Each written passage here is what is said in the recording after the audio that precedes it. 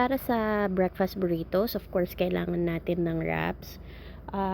Meat of your choice, gamit ko is ground beef and bacon. Hindi ko nagamit yung bell pepper, so never mind. Cheese, eggs, and milk of your choice. Okay, so batinin na natin yung mga eggs. Sa umpisa napakita ko is 5 egg lang, pero actually 8 ang nagamit kong egg dyan. And meron ng salt and pepper dyan. So, hinalo ko na. So, i-add na rin natin yung milk. Actually, hindi ako nagsusukat, lalo na pag sa amin lang dito sa bahay. Pero siguro mga nasa 1/4 cup yan. Usually, kutob-kutob lang ginagawa ko. Ayun, kita nyo yun. Hindi na halong maigi yung pepper. Kaya, ayan, nagbuo-buo. Pero, ayan, halo-halo lang. Scrape natin yung sides and yung bottom para mas-scramble siya. Okay? Mas madali ito. Yung ganyang way ng pag-scramble. And then, prinito ko na rin or niluto ko na rin yung bacon. Kasabay ng snack na chicken skin ng aking mga anak. So, eto na, luto na. Nandiyan na yung scrambled egg, yung bacon na hindi pantay ang luto dahil naiwan after kong makichika.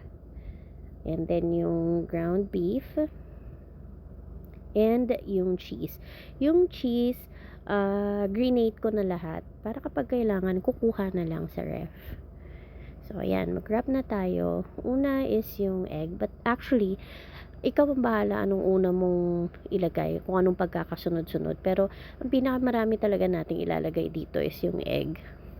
So, and then yung ground beef or pork, chicken, up to you. And then, yung bacon. Optional lang yung bacon, pero meron kasing naiwan pa. May naiwan pa kami sa freezer. So, ayan. And then, yung cheese. Tapos, dasal-dasal na hindi pumalpak ang pagbabalot at hindi mapunit. Diyos.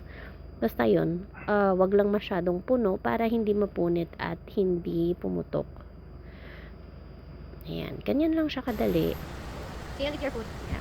So, 2 klase actually yung ginawa ko. Yung isa, parang yung una kong pinakita is may cheese. Itong pangalawa, wala. Kasi yung isang brother ko tsaka yung father ko, ayaw nila ng may cheese. So, ayun. Pero hindi ko na label pala. Nakalimutan ko i-label alin na may cheese at wala. So, bahala na. Ayan. Ganun lang kadali. So, 8 ang nagawa in total. May naiwan pa pala akong may naiwan pa akong ground beef dyan at saka 2 slice ng bacon. So, wala na kasing egg kaya ako nagsettle na for 8. So, yan. Nag-egg wash lang ako. 2 layers yung ginawa ko kasi ang dami pa nung egg. Isang itlog lang yan ginamit ko pang egg wash. Sayang naman. So, 2 layers. Sobra pa din, syempre. And then, ibe-bake na natin. O, nilagyan ko pa pala ng parsley. Wala lang. Last minute lang, naisipan ko lang yan. Pero up to you. Optional lang naman yan. And then, binake ko na siya. Sinat ko na yung oven. So, bake at 170 degrees for 25 minutes. Kikita mo dyan, hindi ako makapag-decide kung 170 ba o 190. Pero 170 talaga. Para hindi siya masunog. Hindi masunog sa labas. Okay. So, eto na siya. Halfway through.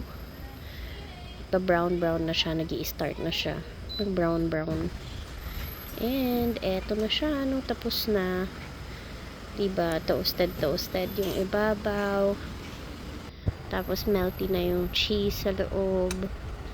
So, eto na siya. Ikakat ko siya para makita nyo yung loob, yung distribution ng laman niya.